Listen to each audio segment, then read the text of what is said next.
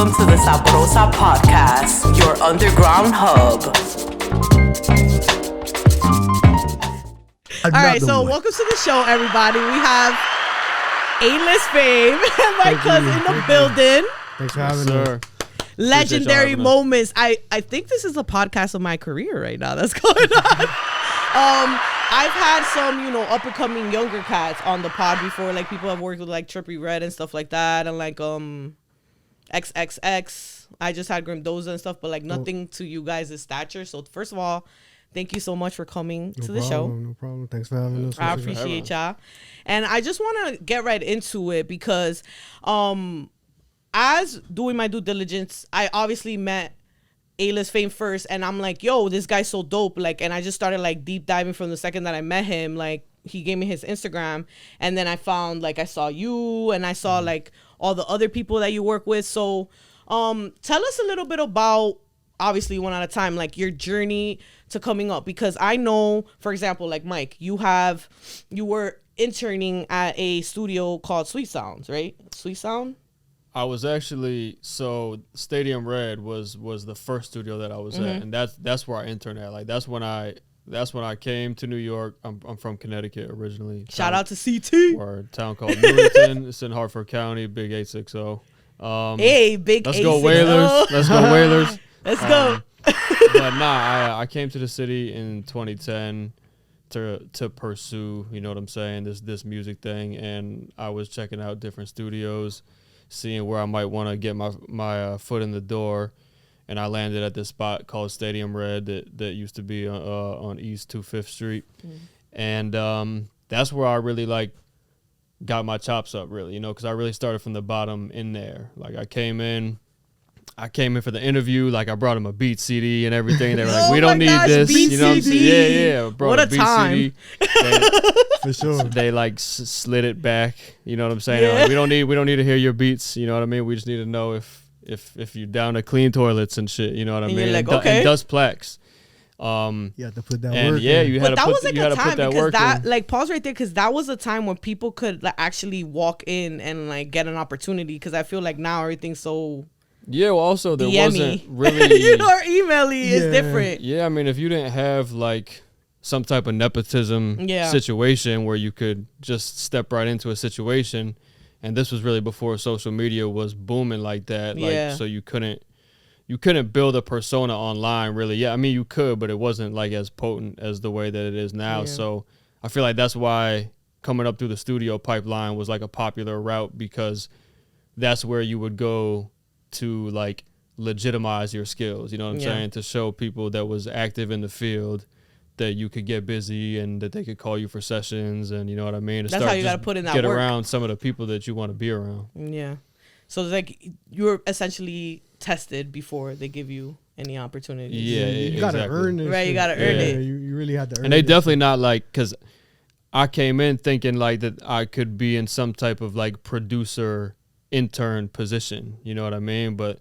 they were like, nah, like we're not interested in like they wanted people with engineer skill sets, because they wanted people who could hook up the rooms and get stuff set up for clients, you know what I mean, and like run the place when in an emergency and when there was nobody there. And I didn't know anything about that stuff at that point, but I was like, if that's what I got to do, that's what I got to do. It felt like a place that had a lot of great potential for opportunity. So I was like, let me buckle down, you know what I mean? And kind of become an asset here, you know what I mean? And then see where that takes me. That's dope. Like, that is a great story, because that shows that, like, you deserve where you're at, like, now. You know what I'm saying? Because you moved to a whole another city. You don't know no one. Did you know? You probably didn't really know no one yet. Yeah, like, not that many people. I had my aunt. Shout out to my aunt. Shout out to the auntie. If that question ever come up, I always got to give a shout to my aunt Nancy, who let me live on her couch for like a year and a half when I first came to the city and I didn't know anyone, and like really gave me that time to start making some bread and be able to get out. And that's crazy. I'm sure she didn't even know at that moment what she was how she was gonna help, like, but she did, like, at the same, like she was believing in me before, like, I don't know, like I was out there just like, I don't know what I'm doing, but I'm trying to figure this out, and she was always like, in my corner. You know what I mean? And you definitely needed that at the beginning because you mad tired. You know what I mean? I was working a full-time job and also interning at the studio. And also you just don't really know what's going on. You got all these preconceived notions about working and being in the industry, and then you just plopped in the middle of it trying to make sense of it all. You know what I mean? Like how am I going to turn this into a living and, you know what I mean, keep myself busy with the right stuff. Yeah, it's crazy because you go into like you're like chasing you're chasing something that is not real yet, right? So it's like a fantasy in a way, but you're just like, yo, this is all my bets are on this. This is all I got. So this is where I gotta. This is what I gotta do. Yeah. So that's interesting, and then that also like your beginning story is interesting because you're also from Jersey.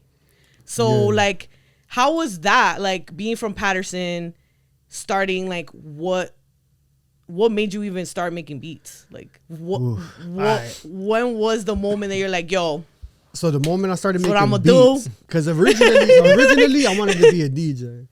And then you were in a group, right? Like I had from the beginning, like it was a like production that's team. It didn't something work famous. Out. Yeah, fuck that. And then you're like, yo, but guess what? Oh, I'm sorry, not supposed to. No, fuck that. Because you know what? Sometimes shit doesn't work out, so better things come together. Nah, that's facts. Yeah. Some doors got to get closed, right? So the window could get open. Here. Exactly. So talk to us a little bit about like your you starting off. So you started off as a DJ. So obviously you already loved music. You know, because love if music, you choose DJing, it's because I already you're already tapped in. Yeah. Right. You're probably the person that everybody's like, yo, what's the new album? Like, what's the new song? Exactly so you already knew. That's funny, yeah. Right. So going from DJing and like, you know, now making. So did you start off, I would assume, correct me if I'm wrong, like sampling? Because you were a DJ, so right? Look, so it's easier to sample and then like... Yeah, we had a mixer, right? a Newmark. And it had a sampler right on it. And then you know, it was to do tricks like, you know, we do, because we used to do like little dumb parties, proms and shit like that. I wasn't doing no clubs or nothing. Yeah. Like, this is just all very early, trying to get my shit. Like, I'm trying to become something. Yeah. At this point, I'm thinking it's like, a DJ. I don't know. I'm thinking it's a DJ. I know it's hip hop. It's something in hip hop. Something in music. You're like, I'm gonna be some kind of. Because I even did graffiti back in the day too. Oh, okay. I was down with a crew that's very infamous in Jersey called QM8. Oh. It was like real heavy. Like art was really heavy back then. And for art me, goes hand in hand with the music. Yeah. It was always both. But music just took off for me with the DJing. It was just like more involved. You know? Boom. I learned the sampler and I started looping pieces of other people's beats. So you know how the intro from this beat, the drums over here. Oh, this guy left a little loop right here, right, and make like mixes of other beats. So shout out Cool Herc for starting the whole. He started the whole thing. Yeah. Word. So my homie cousin told us about a program. He was like, y'all could do that same shit with this program. And at that time, LimeWire was popping. Remember LimeWire? Oh, yeah. Yo, shout out to LimeWire and all the fucking viruses it gave my fucking computer. All our computers had AIDS back then. Kazaa was the illest for the viruses, though. You remember Kazaa or Kaza? Kaza, that was right after. Yeah. There was a bunch of them. That one was the nastiest. As soon as he told us, we got right on LimeWire, downloaded that shit. Boom. And I don't know if a lot of people remember back. I started with FL3. It was called Fruity Loops. Fruity Loops 3. Damn, that's the one I started on. Remember the demo? It was a Timbaland's joint. You couldn't save.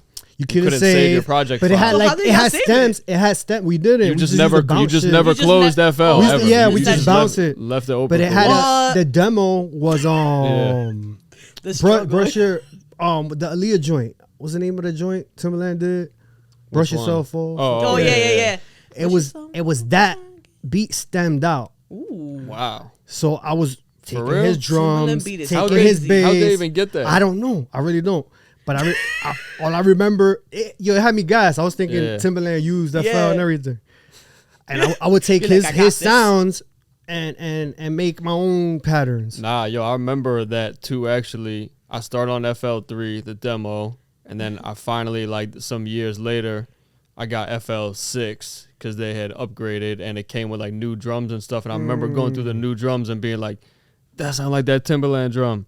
that sound like that clap from that Remember Kanye used joint, on it. You know what I'm saying? Clap, Like, that was from FL. yeah, I was like, yo, it's over. I got all the drums now. You still have like that mentality even when you're making your beats today. Like you guys still like. Oh, like the discovery. Like the that's the one of my favorite parts. I'm still of discovering beats. Drums from 15 years ago that I have on my hard like drive. You know what I mean? Like, no, that's one of my favorite parts because when like you make a music, you literally you're like you were saying before, you're pulling from something. Mm-hmm. It's weird. It's almost like it's because like the gist that I'm getting, and I wish I can like take the fear out of like keeping all my stuff to myself, but like I don't know, I just feel like you hear things before they even happen, and it's weird. It's like you can hear like a sound outside and you're like, whoa, I'm gonna find something that sounds like that. And it could be like a trash can, like somebody banging on a trash can by accident, somebody like throwing something out, and you're like, that sounds cool. Like that's like one of the main, that's like one of the main purposes of the journey. I feel like is getting to that point because like from the time that you start, you're having ideas in your head. But it take a little bit before you get to the point when you can really execute it with your DAW the way that you hear it in your head. To like realize it. That's what you're really building towards the whole time. Because I listen to beats from 20 years ago at this point, you know, like 15, 16 years ago. And I still remember how I wanted that beat to sound when I thought of it. And then I listened to it and I'm like, man, it don't sound like how I wanted it to sound at the time. You know what I mean? But you'd be so happy with that, with just getting a product. Nah, exactly. As soon as you get a drum loop going. Yeah, like, oh, nice, this is out of here. Yeah, right. You thinking you out of here with the first 3-4 joints, right, Mike? Yeah, nah, like, bro. Not for real. Yeah, as soon as you sequence, I remember the first time I sequenced the drum pattern in FL, like just the feeling of it. I was like, oh, this is crazy. It used to be so, I used to burn CDs. Pass them out to the hood, pass them to the homies. Yeah, there's 3 beats on there. Yeah. And they were trash. They were trash. But it's just so happy that we made something. Yeah. Like. You more excited, like you so excited about that part that you don't even care about the rest of it. You're just happy that you did it. Yeah. And I feel like you was already ahead of your game because you even dropped a beat. You dropped a beat tape on SoundCloud, the Manifestation Project. Yeah. And when I saw the year that came out was like 2018. Yeah. And I started that way before. Yeah. My first beat tape, he was already doing that. Facts. My first beat tape was way back before that on a site called Bandcamp. Oh, Bandcamp. And I feel like Bandcamp is back. Like people, no, they still going. It's still going. People be putting their stuff like a lot of underground, a lot of underground rappers. Yeah. Like independent, they put their stuff there so they can. Yeah, because you can sell it. It's one of the best ways to get paid. Actually, I've supported artists on my podcast through Bandcamp. Like I'll buy it instead of like stream it on Apple or whatever. Yeah. Like I'll just buy it because it goes straight to them. Like the $20, it goes straight to them. So that's the least I could do. Like you feel me? I don't know. I just feel like now you see shit differently. I don't know. It's weird. Yeah, no, for sure. So you know what I mean? At the time, I didn't get to bring my whole vision to fruition at that time because what happened was I had got some crates right from my homie, and I had found mad material, and I was like, I'm gonna make a beat tape, right? And I'm gonna document the whole journey. Yeah. But I kept having trouble getting footage, on my own, and my homie will come through. He'll, do the camera for a little bit. It takes like a whole production. And I still have a lot of that footage, but to me, at that moment, I didn't feel like I had enough footage to make it into like a mini documentary to follow up with the beat tape. So I made a beat tape, and I started selling them, and then I started doing like events. And selling physical copies and shit like that. So it was kind of a way to get my bread up at that moment. Yeah. But and it's crazy that you didn't think you had, not to cut you off. It's crazy that you think that you thought you didn't have enough footage because look where we at now. Yeah. You probably only needed 90 seconds. Man, if Vine, because you go that and then you fast forward to now, that's a doc. Yeah, right. For real. If Vine was lit back then, remember Vine? Vine set it off. Vine changed the game. Was ahead of their time, Vine is the pioneer. Like Vine, it's crazy that they're not here because they designed social media as we know it right now. Who knows? Maybe everything Vine was still before Vine. I feel like some Vine, like whoever worked at Vine, they're in those Instagram rooms, those Facebook rooms. No, for sure. They gotta be. They're because they were like the first boomerang. Vine was the first like boomerang. Yeah. If you think about it, like, and it was better than Boomerang because it was actual videos with audio and stuff. Yeah, it was like 6 seconds. Kind of like Triller. It's like the first Triller. Vine was the first time I watched like a 5-second video, and I was like, oh, haha. Yeah. You know what I'm saying? Like, and I used to do beat breakdowns real quick. Yeah, right. No, I found a lot of artists through Vine. Like, people would make cool like stuff with their songs on Vine, like, and then that's how I found Cardi B. That's why I discovered Cardi B on Vine. Damn. Wow. Like, I've been tapped in with Cardi B's comedy since Vine. I discovered her on Vine. Yo, I had seen her on the gram. She was on Vine before. Yo, she used to crack me up. She used to be making them videos in her towel and stuff. Yeah. And talking like, crazy. She'll be like in the tub, and she'll be she like, be wilding on the gram. Yeah, I remember that. Yeah, she was mad funny. She was mad funny. So talking about you guys' journeys, how does it feel to go from, like, you know, like the beginning stages and the hustle and the grind, and then now essentially, you know, you're still putting in that work, but reaping more like the fruits of your labor? Like, how does that feel like now in present day for y'all? For me, honestly, yo, I tend to forget about it. Like, I just work. Yeah. Like, you're just still on grind mode. It's like in the moment. Like I have tunnel vision, because like it's like I have a vision that's been set for so long, and it's just like all I'm interested in is the climb. Like, I'm not really looking back. Right, but do you feel like sometimes because as a creative, I feel like sometimes we're just so focused on like the next thing that we don't take a step to process like what's going on sometimes. And like, do you feel like sometimes like you guys feel like I don't even notice what's going on because y'all just like go like trying to create the next beat, trying to create the next tape, trying to I feel like we soak in the moment. For a little bit. I mean, like that's what I was gonna say. In the moments that I do think about it, which are few and far between, like I'm like, oh, you know, it is cool. You know what I'm saying? That I've it was just a lot of things that have happened that I probably, when I was a young kid, like never imagined would happen. You know what I mean? And I could definitely, I definitely am grateful for that. You know what I'm saying? But those moments come more with conversation. Yeah, like when we're gathering, chopping it up. Oh, remember when you did this? Or especially when like you meet somebody. Like my first time meeting Mike Kuz, like, oh shit. I love this, I love that. That's when those moments happen for me, because then you're reminiscing at the same time you bigging your homie up, because you know.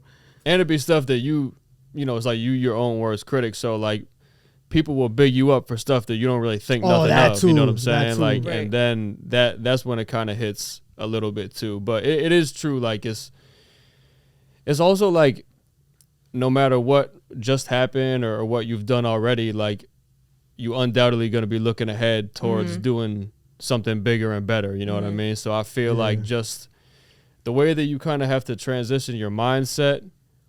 It's not that you unimpressed with the stuff that you do, but it's like by the time that stuff come around, like you already thinking bigger anyway. Like at one point it was like, damn, that's what I want to do. But like by the time that come around, you already thinking about something even bigger, I feel like, or what the next plan is. And also keep in mind, when we're creating, a lot of this stuff don't come out till later anyway. So to us, right. That's a great point. You know, we be in the studio working on it, right? And let's say we're working on an album, right? And we'll work on a particular song. We've been working on it maybe a year, maybe 2 years. Right. The album comes out. You know how many times we heard that already? Yeah.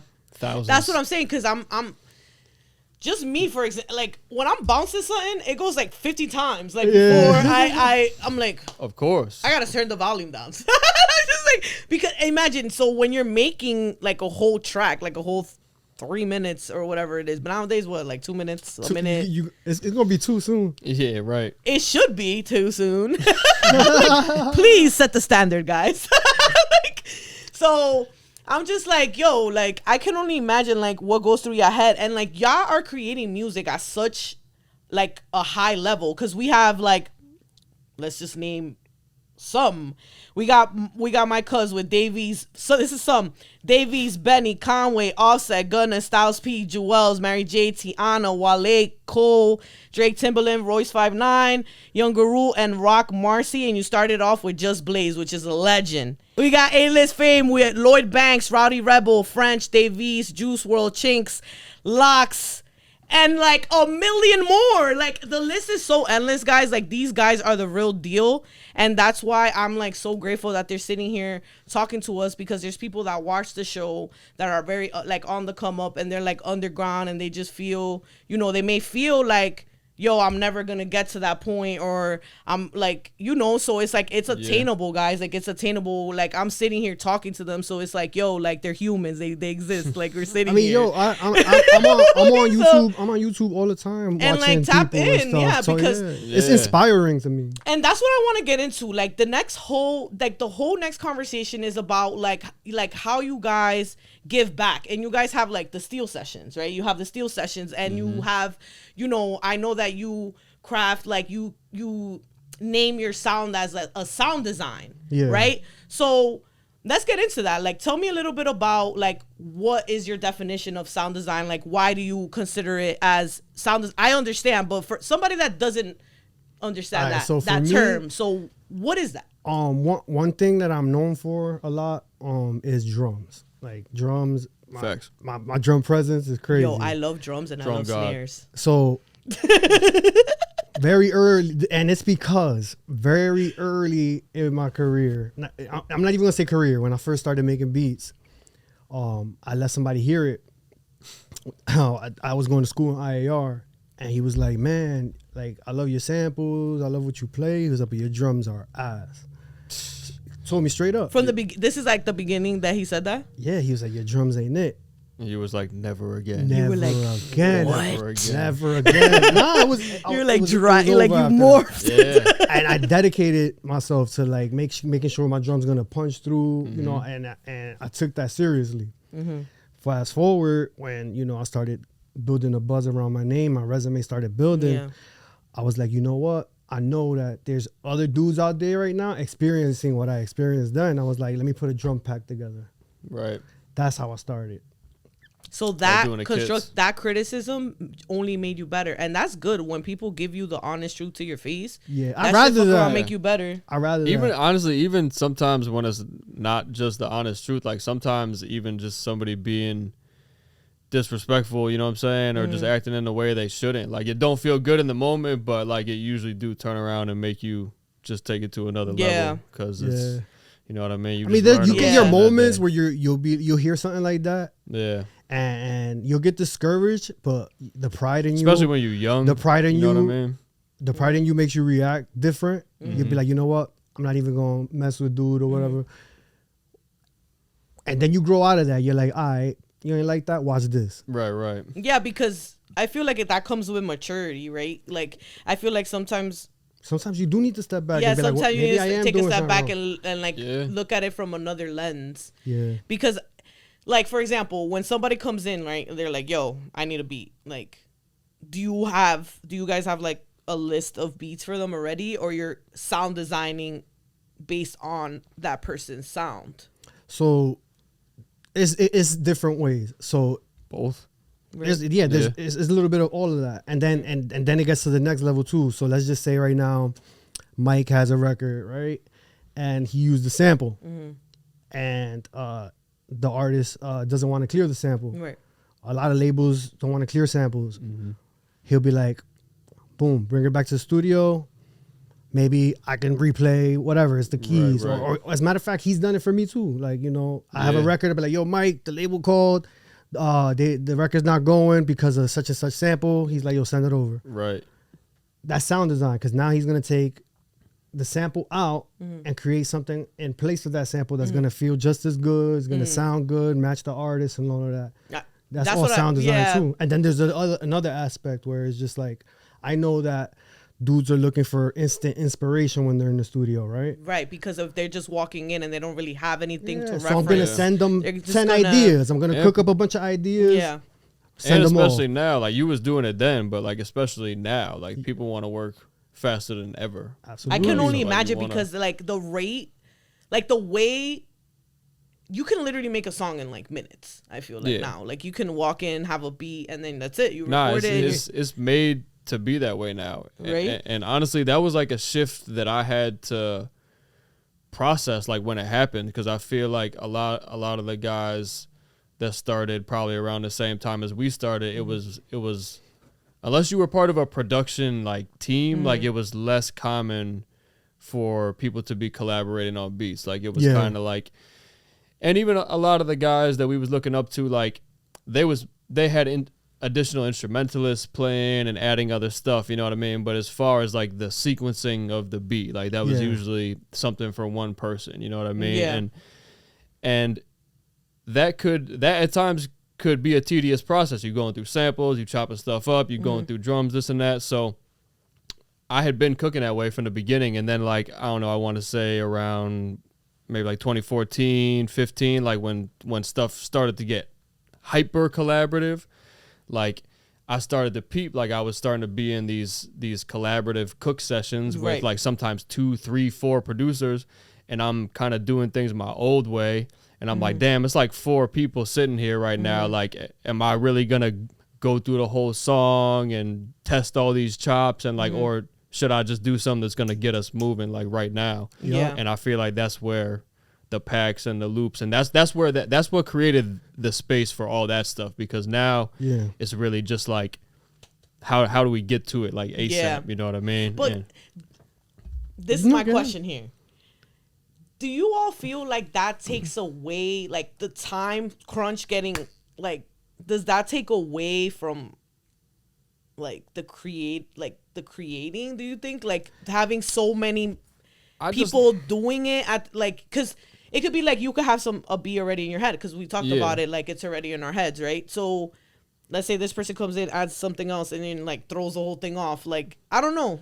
Do you think how do you think that affects it? I feel like it's just a type of creating. Yeah. You know what I mean? Like it's not like it's this or that or it's wrong or right. You know what I mean? It's just but like it's also it's all situational. Away, but it's also who you create with too. Yeah, that too, because you have to have rapport, right? And like you guys have rapport with each other and you guys work together. So that wouldn't be considered like out of the norm. I mean, I'm always open to work with people. Don't get me wrong. Yeah. But once you've done it so many times and it's gelled, it's like right. Even the ideas we don't like, you know, we'll entertain them and be like, all right, that's not it. And we could do that because we trust each other. Yeah. You know?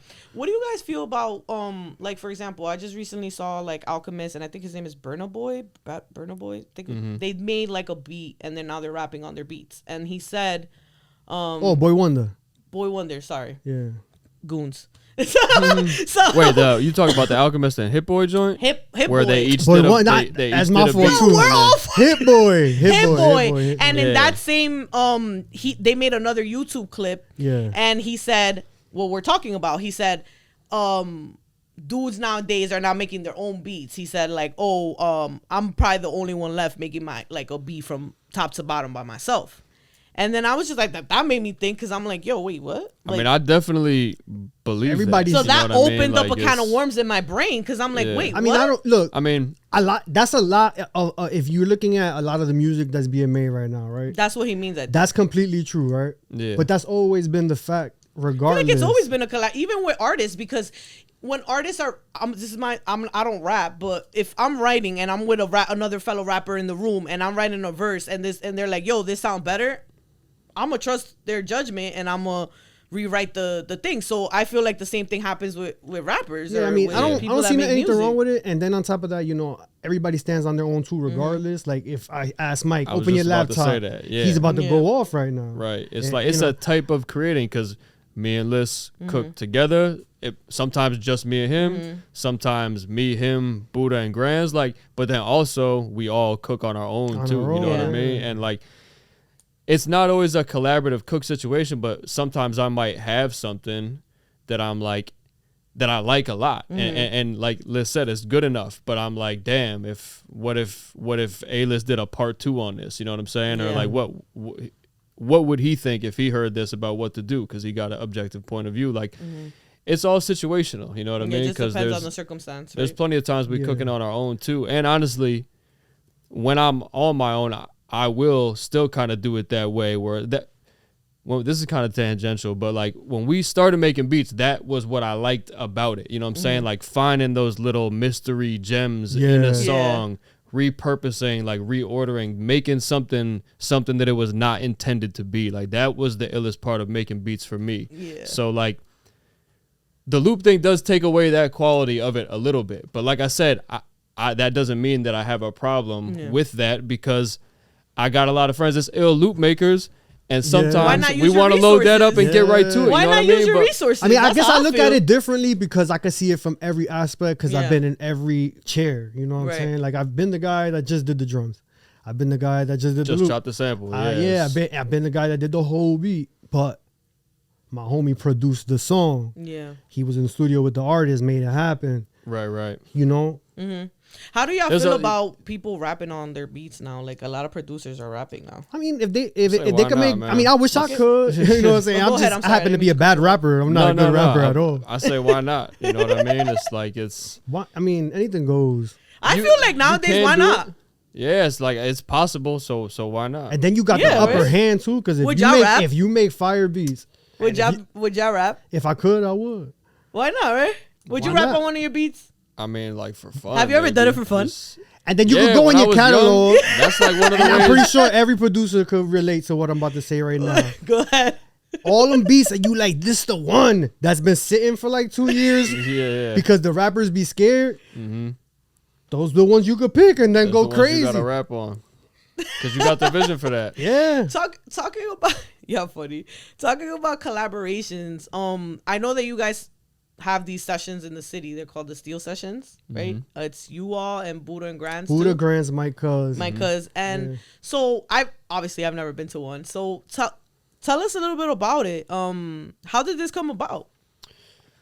So Steel Sessions is interactive workshop, like one-on-one workshop for creators, artists, producers, engineers.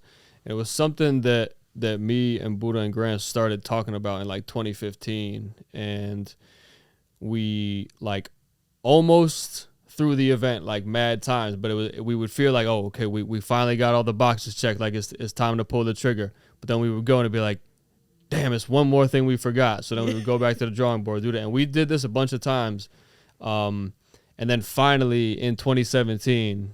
Like, and this is 2 years later, you know what I'm saying? So like we really had to stick with it. But finally in 2017, we finally actually checked all the boxes and like through the event, and List was already one of the crews, you know what I'm saying? So he'd been coming from the beginning. Yeah. I actually found out about it because of him. Like, he was the one that sent me. He's like, yo, there's the Steel Sessions going on. And then I saw it before because I follow a lot of producers, and they'll like repost it because they're like they get really excited about you guys' Steel Sessions. Yeah, no, I've heard about it, but I never knew anyone that actually like was in them until A-List Fame. It's a A-List Fame. Like, we have real names too. Yeah. No. Obviously, I know you on a personal level, but like, you get me. So I'm like, yo. And then when I started like doing the research for the pod, and like I found out about it through you, and like really like looking at like the footage and all this stuff, I'm like, yo, this is really cool. And I definitely wanted to talk about it because I feel like the reasoning for it is super dope, because it gives me the notion that it's like developing other producers, right? I mean, what I find so dope about it is this. Which is dope. It's like, you see a lot of producer showcases out there. Right. There's a lot of events where kids could come plug up, play joints.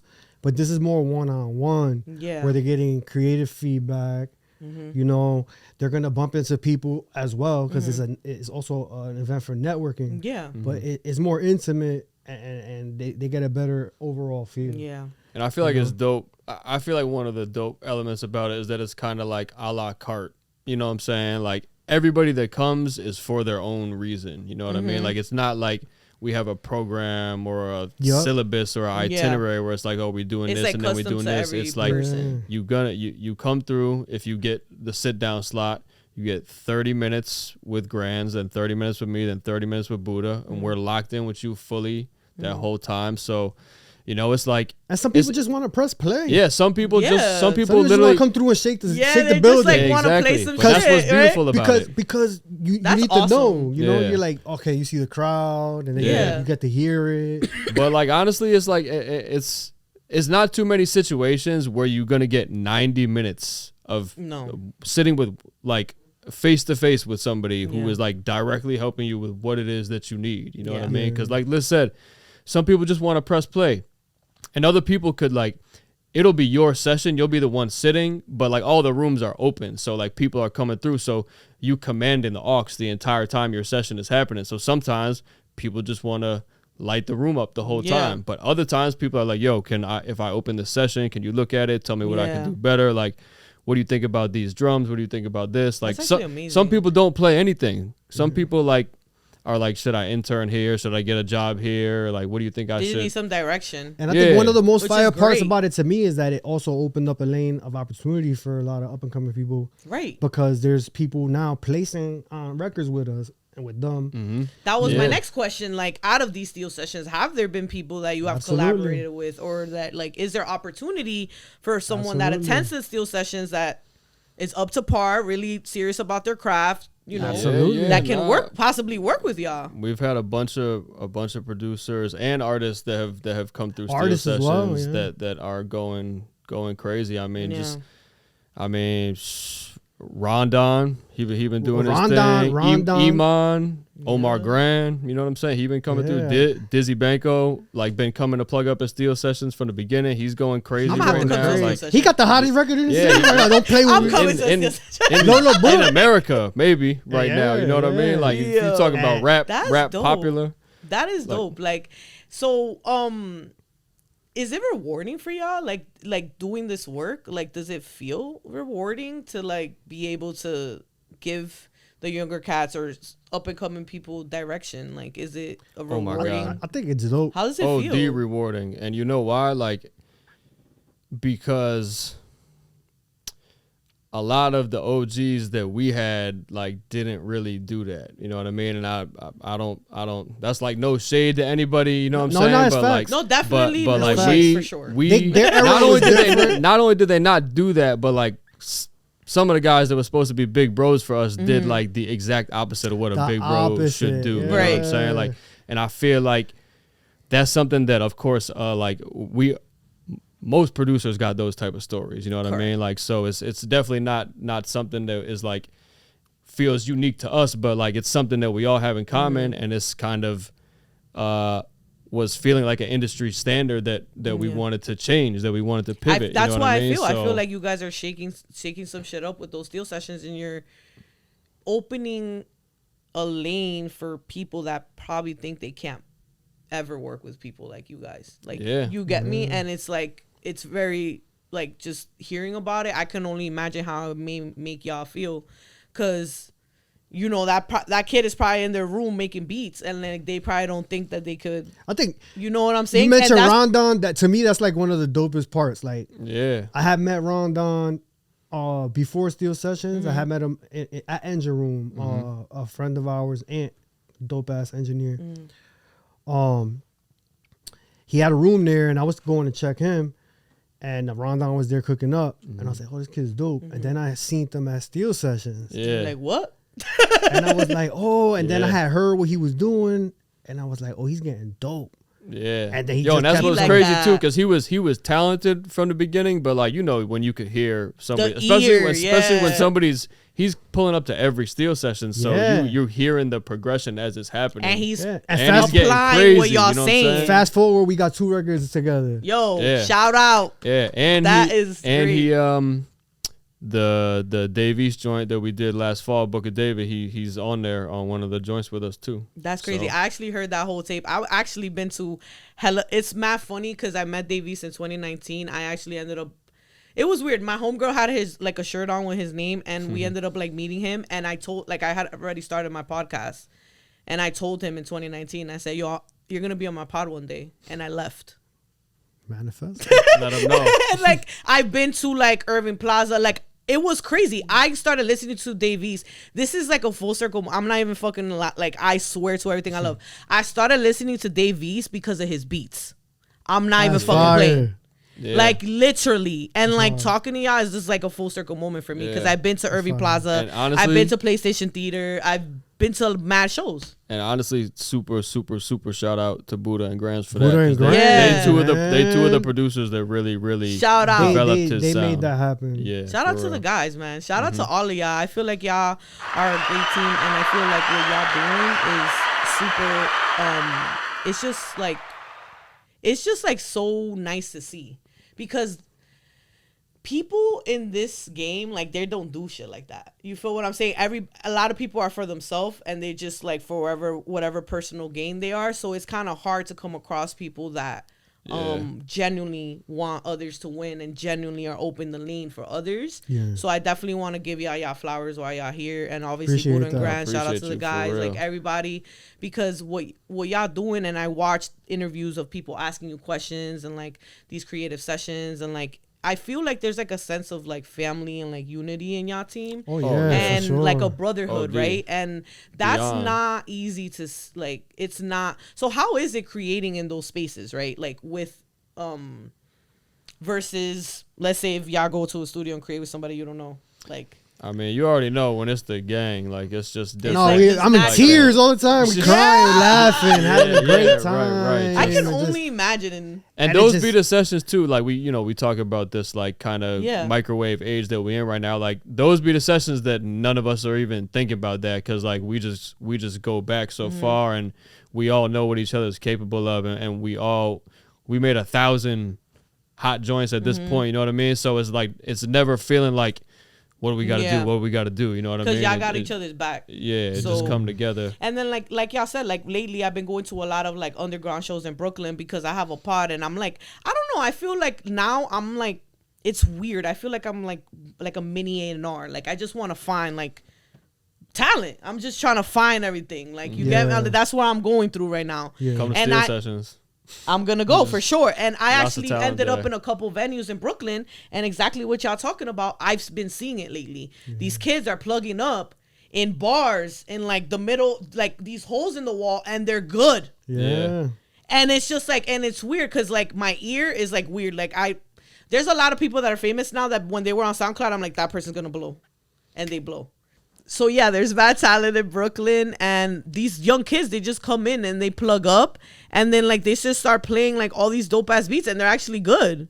Yeah, I honestly, I feel like a lot of the young creators coming up got the idea right. Like I feel like I see a lot of them doing like the communal, you know what I'm saying, like the team type of approach, where it's like if one person wins, we all win, you know what I mean, and they all move. They got mission. their Discord groups. Exactly. Like, no, they're like, I feel like they get it. Now. I feel like they get it. You know what I mean? Like nobody. Well, I'm not gonna say nobody. They also spread out the opportunities that way too, because this is like. That's what I'm saying. Like, they're not as concerned with being on a pedestal by themselves. You know what I'm saying? Like that's. I feel like it's the difference. Yeah, like.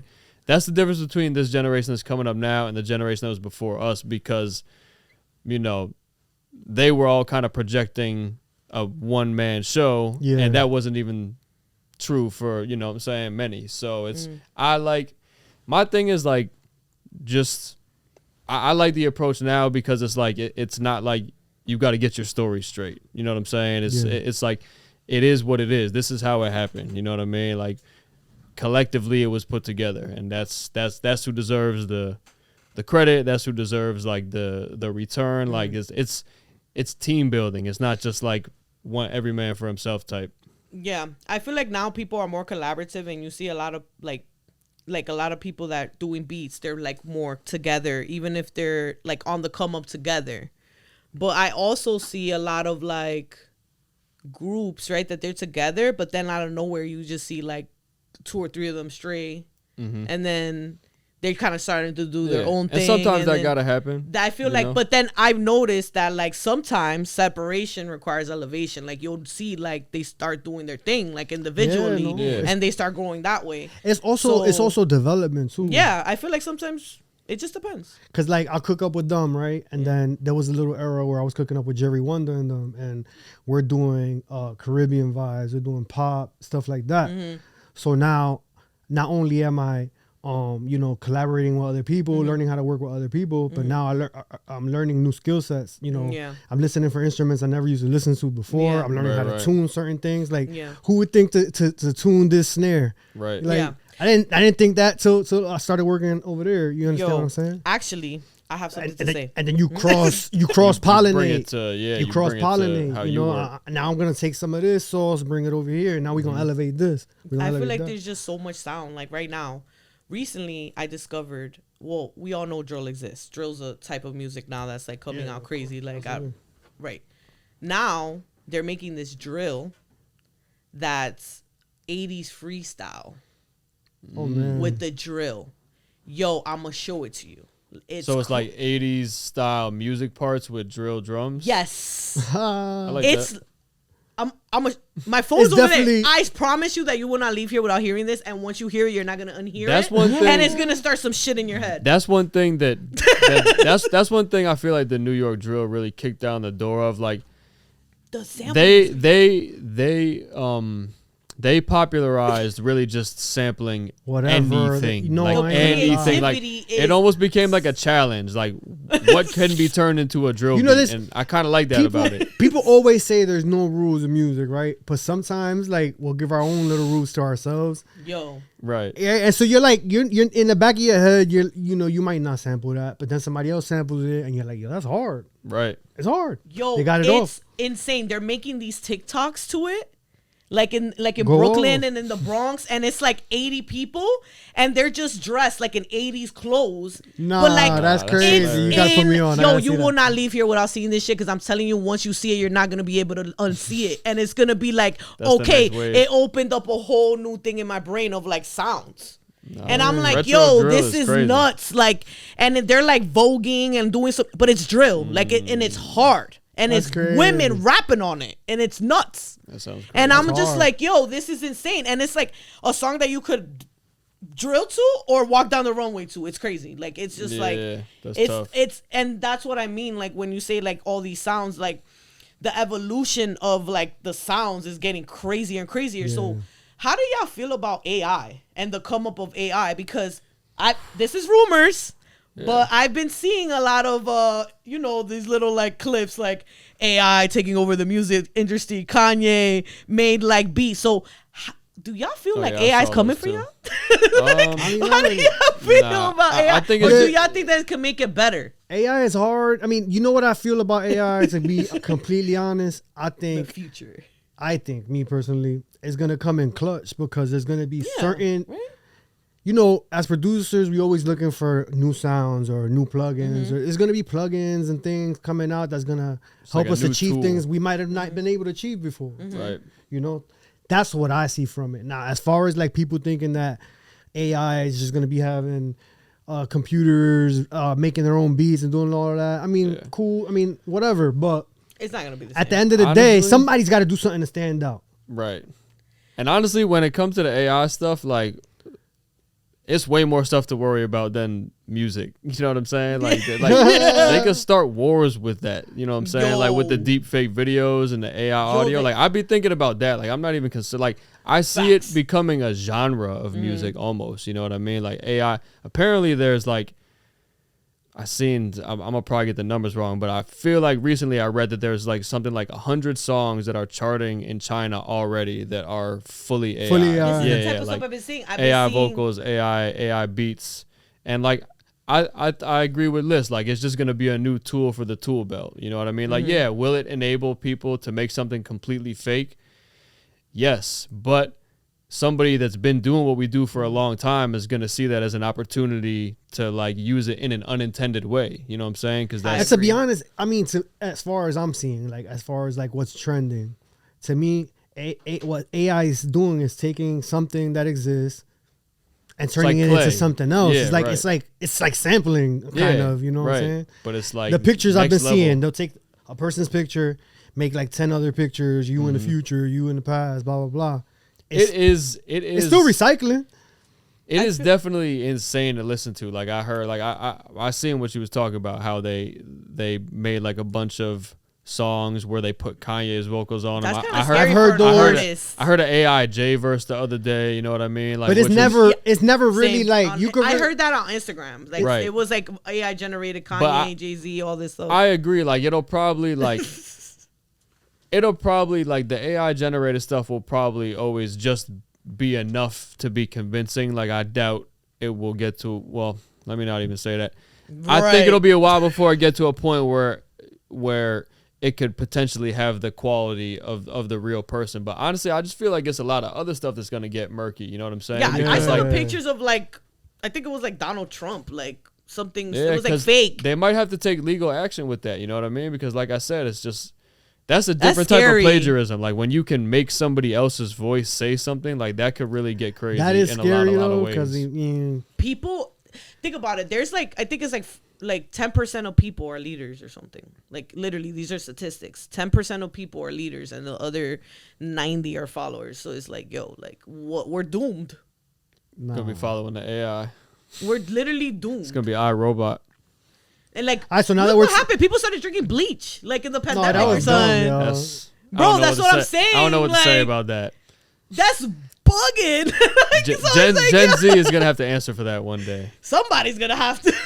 So they got to worry about AI. I think we're good. Right, I think right. music. Yeah, musically. All right, let's get back to the task I had. I think we'll be you guys are in the by it, safe. but I feel like it's like anything. You gotta, even people that are super overexcited about it right now, like you just gotta. It's like anything that mankind receives. You know what I'm saying? Like no matter what intent it was created with, like people are always gonna take it and take it a nasty route. It's really scary. I mean, how we they didn't could think it spin was. that. We didn't think it was gonna be completely digital like this. Like, right. Yeah. I mean, when we were using CDs, you never thought that we were gonna be listening to most of our music off the phone. Right. Right. Or how y'all could create now. Like I've seen people. Bro, we weren't even thinking about Apple Music or Spotify. None or of that. Tidal, That's what you I'm know saying. It's literally It's- on the go, and I think Kanye came out with something now. It's called the stem player. Yeah. and you Yeah, can I've like seen make that. a beat, like you connect it to your phone, and like. So you play the think you music loop through in it, and then right? and it takes it and breaks it into different I want parts. one. Drums, Breaks it into that, music, yeah. I'm like, I vocals. kind of want it because it's like little and it's like easy, but I'm just like, I don't know. I could just make. They're a beat dope. and It's a app. fun way to listen to music. Yeah, right. I feel It like was kind of cool. especially if you don't, you know, if you're not in this world, like if you're not dealing with this type of stuff regularly, like yeah, it probably is mad cool to take a song. Oh, I could solo the vocals, I could solo the drums, I could turn this backward, because you know that's kind of regular for what we do. But like I get it. It's pretty unprecedented if you're talking about tools that are in that space, especially like at a consumer level. So Do you think that's gonna be like the next? Like he has his head in the right space as like creating a tool that's that compact and people are able to carry it with them anywhere versus carrying, you know, like their beat machine, their computer, their cables. I think to me more that's a consumer product. Like, yeah, I agree. Think It's it's more just for like the- a to-go I think that kinda was like thing? something cool that he knew that he could Yeah. do. You know what I mean? It's a fun way to and listen it makes to a lot music, of sense. Yeah. and it's a fun way to get the music exclusively to his audience. Because right. when he dropped the second on the project, it was only directly to consumers. So if you had the stem player, you could listen to it. Right. Would y'all be interested in? This is like a curiosity question. Would y'all be interested in like creating something one day for like the consumer, for them to make, like maybe all of you guys? Oh yeah, knowledge? oh yeah. yeah, definitely. A Because I feel VST, like a plugin Sure. for the sure. knowledge that you all Yeah. can have would be so valuable to like a developer Yeah. for Yeah. like I mean, I feel like that's kind Right. of the direction. Right. You know, it seems in alignment with kind of what we've been prioritizing anyway. You know, because like creating resources and tools and opportunities for people, especially the upcomers, is something that is important to us. So, you know, if we could do that by creating an actual tool, you know what I'm saying? Yeah. Especially one that takes into account, it's like you said before, like when you make a bunch of mistakes so that the people that come after you don't have to, you know what I Exactly. mean? So Yes. like to implement all that into some type of tool to create would be crazy. Yeah, because knowledge Yeah. is power, and like Mm-hmm. you know, if you can create something to avoid all the like people having to, I mean, the struggle's cool, but like if they can just like easier user friendly, something that not having to use multiple systems, everything's kind of centralized in the same thing, compatible with Yeah. both Windows and Mac, Yeah. kind of dope. Yeah, not for Yeah. sure. That's how evolution is supposed to go, man. You know what I'm That's saying? just me. Like, Let me get my engineer on. people fight it, but that's what we're supposed to do. Like, it's you supposed to take the stuff that you done spent a long time doing Right. and find ways to make it easier for the people that's going to be doing it Yeah, after you, so absolutely. that they Like- can use their brain power to advance it Correct. further. When you I know had what started mean? with the It's- drum packs, these are a collection. When I started it back then, it was a collection of drums I was using for me. Mhm. Like I processed them. I made sure that they all sounded the way they sound. Right. So it was like You're not you know, withholding. You know what I'm that's saying? and it's Like, years I had at that point. Years of a That's like your collection. It was just one day I was just like I should just put it out. right. Now I just saved the next kid 10 years worth of collecting, you know, Yo, like, for real. you know, possibly. It's like your own library, like your record digging. For I mean, them. at least that was the Yeah. the thought process, you know. Yeah, that's crazy. What a journey, right? You guys probably think like sometimes like what a journey up until this. point. Yeah, it goes think that fast. all To the be time, honest, yeah. it's Nah, fast. for real. What's next for y'all? Without obviously, I'm not trying to be too nosy, but what's next? Like, what's next? A couple things. Yeah. The deluxe, y'all the could talk deluxe, about, the that y'all deluxe is could- on the way. We could talk about that. The deluxe. Yep, Book of For David Book of Deluxe. David Deluxe. Coming out Hey. soon. Yep, that's That'll be I'll dropping be out real tapped in. soon. We I listen to all his You know, albums. of course, some more work with East, some more work with Girl Code. You know, we there's a got lot of some things stuff coming. coming out for the screen.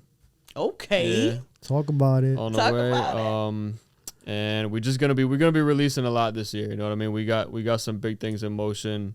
That has kind of like enhanced the pipeline that we already had with artists. So, you know, we're really focusing on going release heavy this year and moving forward. So, and then we're going to be, you know, Steel Sessions will always exist in the format that people know it, but we're going to continue to put some cool spins on the event also, like we did with our last one. So, guys, tap in with the guys for the Steel Sessions. Gotta do it. Definitely, if you're up and coming creative, especially beat making, producing, engineering, you definitely want to tap into the Steel Sessions. Facts. Steel Sessions. Just to grow as an SteelSessions.com. individual, and just I always talk about here on the show, have to invest in yourself.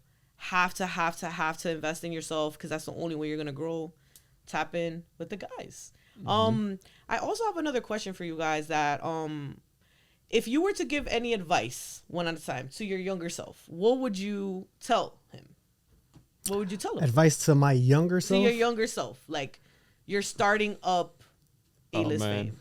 Oh man, I'd be like, yo, F the partying. Sit down at your computer, and while the bros and the homies party, right. make everything they finna party to. Right. That's great tip. That's a great tip. I like that, because you know what? There's a lot of partying that be going on, right? And it's easy to get caught up in that. Don't get me wrong. I had to live life in Yeah. order to be able to even Create breathe that these inspiration. beats to Yeah, life, right. you know, because like a lot of my music, like, you know, it's what I feel at the moment, Yeah. and it translates 9 times out of 10 when the artists pick it. The vibe I was going for is usually the vibe. So I had to Right. live life. It's just like an Yeah. unspoken vibe. Yeah, I had to live life to do that. So Crazy. I mean, I guess, but either way, don't party, just get to work. That's a great one. Mine would be drop the music. That's like the one thing Oh, I would man. tell my younger self. Like, yo, I wish he could literally hear me right now. Like, drop the music, bro. You know what I'm saying? Because I feel like, you know, creatives, especially when you want to come up, like none of us it shouldn't take validation for any of us to feel good about ourselves. But, you know, when you're young and you coming up, like sometimes you kind of feeling like you need that, or like it takes some moments of that happening, you know what I mean, for you to really start believing in your mission. And I definitely could say for myself, like it was a lot that I was cooking when I was in my early 20s, like beats, music with artists that I spent a lot of time like trying to make into my 9th symphony, instead of just being like, yo, like the music is good, like drop it. I mean, if nobody heard it, Exactly. No, I know. But like, Would you say, but like, you were beyond too that, busy but trying to perfect you know, it? like- I was too busy trying to perfect it, and like I wasn't thinking like, yo, I'm gonna be continuing to make music, and everything that I make next is gonna be better than what I'm making now, regardless. So like, I gotta let this live as it is. Like, now, I mean, granted, it was definitely more hoops to jump through back then. Like DSPs didn't even exist back then, so it was like dropping music was a whole challenge. And it was like, am I gonna get a blog post? Am I gonna put it on Dat Piff? Am I gonna get a link and then try to get a write up to the link or something? So I feel like between overanalyzing the music and kind of getting caught up in the process of it all, there was a lot that didn't get dropped. And sometimes it'd be songs that, like, you know, I was so critical of it back then, but I'd be like, damn, I wish I could just go on Apple Music and listen to that song. But like, I never put gave it it to out. the world, you know what I'm saying? Yeah. And some of it is with artists that don't make music anymore, you know what I'm saying? So it's like a whole other type of thing. So that would definitely 1000% be what I would tell my younger self, and any young artist does. I mean, there's really no excuse to not drop music now because it's so easy, you know what I mean? yeah, like for you sure. could just go right through TuneCore. Even if it's just on social media. Like, yeah, right. Exactly. Yeah, you can just post it on your Instagram and drop the music. Yeah, drop the music. Yeah, I heard it. Drop it. Drop the music. And that's like, man. it's like I don't know. I feel like sometimes we're like overcritical of ourselves, and we're so hard on ourselves. So like that's kind of like, it's like us versus me. Like the Moneybagg Yo like song is like it's just like it's like the fear, but does fear even exist, right? It's like you gotta be no fear, right? You can't move. You can't move. Easier said than done, but you gotta be in pursuit of that. But type y'all of mindset. here because y'all like, you dropped the music. You put in that work. You did those drum packs. You feel what I'm saying? So it's just like y'all did all, and then all those stepping stones, and then led y'all to these rooms working with all these artists and these opportunities. So it's just like, it's inspiring just to even have an opportunity to talk to y'all and like really like pick y'all brains. Mutual feelings. I appreciate y'all. Appreciate your conversation for real. Yo, appreciate guys, y'all for fun. Yeah, guys, tap in with the guys. Everybody needs to watch this motherfucking episode. I'm like, we're here with A-List Fame. We got Mike Kuz in the motherfucking building. We got 2 motherfucking legends. I'm gonna tell y'all, like, hopefully one day I see like a doc or something on like the big screen of y'all, because I feel like y'all deserve it. I feel like the groundwork that y'all putting in with like in the producer aspect, in the like, because before we go today, I definitely want to say that the producers and the engineers, they're the unsung. I always say they're the superheroes of the industry, because without that beat, without that mix, without that loop, without that stack, without that beat already being in your brain, or without that instrument being in your already, it wouldn't exist. Yeah, I mean, you know what? When the average person presses play on that song, right? And it takes up those maybe 3 minutes of their time, they're not thinking about the hundreds of hours of everybody's time that got put in to make that one song that only took them 3 minutes to listen to. Yeah. And essentially, I feel like now that I have more, I've always had a weird ear for music, like forever. But like now that I feel like the more I deep dive, like the more I'm even listening to music differently. I feel like I dissect it. Like I don't even listen. Like sometimes I don't even hear the words. I just hear the beat. Yeah, like, I have that problem too. Yeah, like, I get so caught up in the beat. Right? It's like you take the words out and you just, it's like you're taking every instrument, because like, yo, that's the Latin percussion. Yo, that's this, that's that, that's the snare. Like, what was that? Like, I gotta wait for that to come back around again so I can hear what that was. Yeah. Like, pause, record. Like I'm gonna find it. And then the bros be like, yo, you heard 9? You heard what we just said? Yeah. Nah, but did you hear that 808 slide though? Because that was crazy. Like that shit was nuts. Did you hear that shit? Run that shit back. You know how many times I do that shit in songs? I'm like, run that back. I need to hear that fucking whatever was playing at the beginning that's not playing right here. I need to hear that again. Right. So, I definitely want to give you guys your flowers, you feel me, while y'all still here, because I feel like people always like pay homage and like really, really fuck with people when they're dead. You know what I'm saying? So I have y'all here living, alive, so I just want y'all to, keep doing the work that y'all doing. I'm obviously like so grateful to even like be able to pick y'all brains, because I'm on the come up myself. Like I'm really trying to like, just have conversations with people and like create something that's bigger than me. Yeah. Right? Yeah. Because it's not about you want to leave your stamp. Mm-hmm. I just feel like this, like what the shit that we're in, whether it's media, whether it's beats, whether it's rapping, whether it's all part of the culture, right? Yeah. And it's like fuck the name the culture, because they fucked it up already. You know what I'm saying? But I'm just saying like it's like it's our lifestyle. Right. It's a lifestyle, and it's like a community based. Yeah. It's like a community kind of thing. So it's like we're only as good as our resources, right? Mm-hmm. Essentially. So it's like, why not create a community of dope ass people that all kind of think the same and just want to help elevate each other? Absolutely. Like, because that doesn't really exist like that. Like people could say it, but they're not really about it. They say it on a camera. Yeah. You know what I'm saying? But I've had conversations with ALISTFAME. Like I know like I already did my research on you guys. Like I know you guys are really about what you're talking about. So like that's the type of people that I want to speak to. Those the type of people I want to tap in with, and like overall just support, because that's what it's about. And thank you guys for coming on the show, man. Appreciate it. Is there anything else y'all want to say before we go today? Thank you. Shout to my guy A-List social media so everybody can follow y'all. Add on to the list of followers. You can find me at A-List Fame on everything. Yeah, definitely gonna get followed. Yeah, I'm at Mike_KUZ on everything. I mean, I really only go on the gram. I haven't tweeted in years. Pretty much. But that's Busy where you'll guys. find me. And at Steel Sessions. I should be posting more on STEEL TikTok. Sessions. Damn, Instead of I mean, I should be swiping. posting more in life, but I just. But I'm on there too. I probably got like 2 videos or something. Yeah. Well, tap in with the guys. Follow them on the gram. Follow the Steel Session Instagram. All that. Y'all already know my page. Yeah, baby.